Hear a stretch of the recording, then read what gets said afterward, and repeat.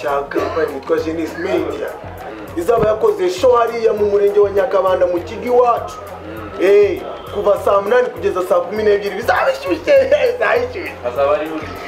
umva hazaba hari icyo bita kwerekana amafilimi yabo bakora ku giti cyabo hari abahanzi Baby Style hari gakondo urumva ndetse n'umuduri band none hari live music bazakubita batwike live cinema abantu bakina cinema bayikina aho ngaho kuri set none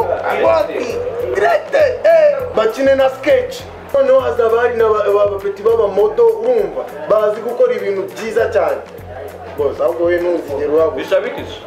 nukuza n'ubuntu abantu bose baratumiwe